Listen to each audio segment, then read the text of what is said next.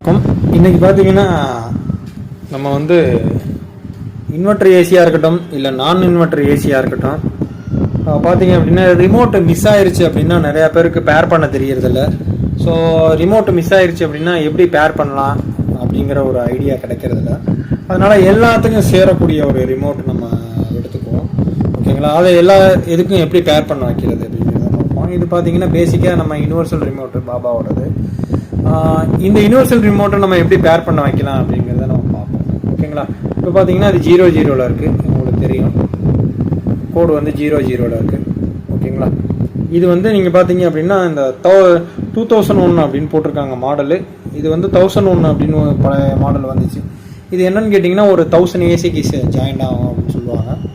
So அதை தான் நம்ம எப்படி நிறையா பேர் பண்ண தெரியாதவங்களுக்கு எப்படி ஈஸியாக பேர் பண்ணுறது அப்படிங்கிறது தான் வீடியோ. அது போக பிசிபி சர்வீஸ் பார்க்குறவங்க ஒவ்வொன்றுக்கும் ஒரு ரிமோட் எடுத்துக்க வச்சுக்க வேண்டாம். ஸோ சிம்பிளாக பார்த்தீங்க அப்படின்னா ஒரு பாபா ரிமோட்டை வச்சுக்கிட்டு நீங்கள் நிறையா பிசிபி நீங்கள் அந்த கோட்ஸை மட்டும் எழுதி வச்சுக்கிட்டிங்கன்னா கூட போதும். உங்களுக்கு சர்வீஸ் பண்ணும்போது ரொம்ப ஈஸியாக இருக்கும் ரிமோட். ஏன்னா சில பேர் ரிமோட் கொண்டு வர மாட்டாங்க. ஸோ அந்த மாதிரி ப்ராப்ளத்துக்கெலாம் எப்படி ஈஸியாக நம்ம ஆன் பண்ணுறது அப்படிங்கிறத பார்க்க போகிறோம். இப்போ நான் உங்களுக்கு ஒரு எக்ஸாம்பிள் காட்டுறேன். முதல்ல வந்து பவர் சப்ளை கொடுத்துருவோம். ஓகே, நெக்ஸ்ட்டு பார்த்தீங்க அப்படின்னா ஆன் பண்ணிக்கலாம். ஓகே, இப்போ பார்த்தீங்கன்னா பிசிபி நமக்கு ஆன் ஆயிடுச்சு. ஓகேங்களா, இப்போ நான் பிசிபி திரும்ப ஆன் ஆகும் உங்களுக்கு. ஏன்னா ரிமோட் வெளியே தான் இருக்குது. மாடலே அப்படி தான், ஆட்டோமேட்டிக்காகவே அது ஆன் ஆகும் சம்டைம்ஸு. ஓகே, இப்போ பார்த்தீங்க அப்படின்னா இப்போ இந்த ரிமோட் எப்படி பேர் பண்ணுறது அப்படிங்கிறத நான் உங்களுக்கு காமிக்கிறேன். இங்கே பாருங்கள், இந்த செட்டுங்கிற பட்டன் இருக்குது பாருங்கள். இந்த செட் பட்டனை வந்து நீங்கள் அமுக்கி பிடிச்சிக்கிட்டே இருக்கணும், ஹோல்டு பண்ணிடணும். ஹோல்டு பண்ண உடனே இந்த இடத்துல ஒரு பிளிங்கிங் வரும் பாருங்கள்.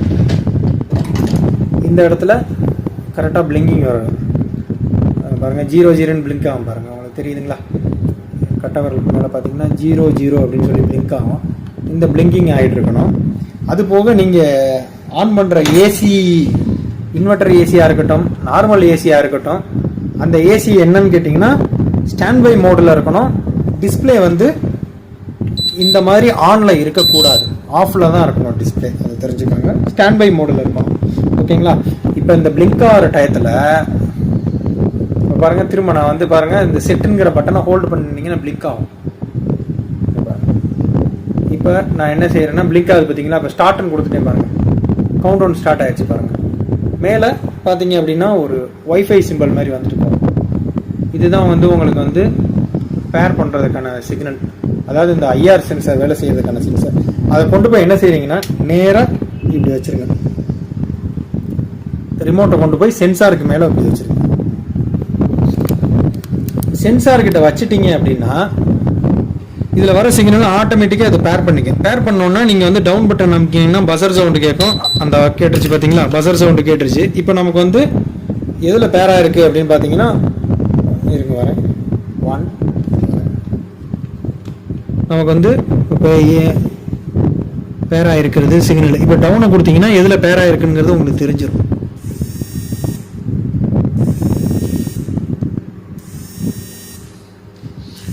ஓகே, இப்போ 82 போயிடுச்சு.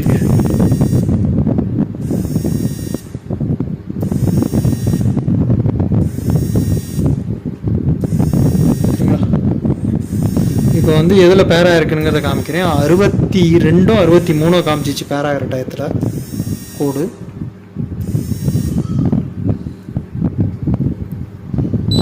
ஓகே, 62 இப்போ பார்த்தீங்கன்னா 62ல் பேராக இருக்குது. நீங்கள் இப்படி இருந்தால் பேர் பண்ணிக்கலாம் ஈஸியான முறையில்.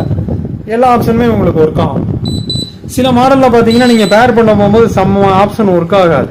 அப்போ என்னென்னா அந்த சிக்னல் வந்து உங்களுக்கு செட் ஆகலை, நீங்கள் வேறு சிக்னல் வந்து கொடுத்தீங்க அப்படின்னா அது ஆன் ஆகிக்கும். ஸோ இதுதான் உங்களுக்கு வந்து ஒரு யூனிவர்சல் ரிமோட்டை. இது வந்து இன்வெர்டர் ஏசி. ஓகேங்களா, இன்வெர்டர் ஏசியாக இருக்கட்டும், நான் இன்வெர்டராக இருக்கட்டும், ஈஸியாக நீங்கள் ஒரு யூனிவர்சல் ரிமோட்டை பேர் பண்ணிக்கிறதுக்கான மெத்தட் இதுதான். இதை தெரிஞ்சுக்கோங்க. நிறையா பேருக்கு யூஸ்ஃபுல்லான ஒரு விஷயமா இருக்கும். ஸோ நம்ம மெக்கானிக்கே நிறையா பேருக்கு பேர் பண்ண தெரிஞ்சவங்களும் இருக்காங்க, சில ரிமோட்டில் தெரியாதவங்களும் இருக்காங்க. ஏன் அப்படின்னு கேட்டிங்கன்னா, பின்னாடி ஒரு கோடு கொடுத்துருப்பாங்க, அந்த கோடை வச்சு பேர் பண்ணுவாங்க, நம்பர் வச்சு பேர் பண்ணுவாங்க. ஸோ இது வந்து ஆட்டோ சர்ச். நீங்கள் ஆட்டோமேட்டிக்காக சர்ச் பண்ணிட்டீங்க அப்படின்னா 1லேருந்து 999 வரையில் கவுண்ட் வரும், உங்களுக்கு ஈஸியாக பேர் ஆகிடும். ஓகேங்களா? இங்கே பாருங்கள், ரிமோட் மிஸ் ஆயிடுச்சுனாலும் நம்ம ஈஸியாக பேர் பண்ணிக்கலாம். அதுபோக இந்த வீடு ஷிஃப்ட் பண்ணுறப்போ கஸ்டமர் வந்து ரிமோட்லாம் எடுத்துகிட்டு போயிடுவாங்க. அந்த மாதிரி டயத்தில் நீங்கள் இந்த மாதிரி ஒரு ரிமோட் வச்சுக்கிட்டிங்கன்னா, ஒரு இன்வெர்டர் ஏசியை ப்ராப்பராக பம்ப் டவுன் பண்ணி பிரேக்கரில் இருந்து இறக்காமல், அதாவது பிரேக்கரை வந்து நீங்கள் வந்து டவுன் பண்ணாமல் ப்ராப்பராக ஆஃப் பண்ணி ஆன் பண்ணுறதுக்கு ரொம்ப யூஸ்ஃபுல்லாக இருக்கும். நிறையா பேர் வந்து இன்வெர்டர் ஏசி வந்து சாஃப்ட்வேர் ப்ரோக்ராம் எரர் வர்றதுக்கான காரணமே என்னன்னு கேட்டிங்கன்னா, ரிமோட் இல்லாமல் ஆப்ரேட் பண்ணி ஆஃப் பண்ணி பிரேக்கரை இறக்குறது தான் காரணம். ஸோ இது வந்து பார்த்திங்கன்னா அதுக்கு ஒரு ஈஸியான சொல்யூஷன். அதுதான் உங்களுக்கு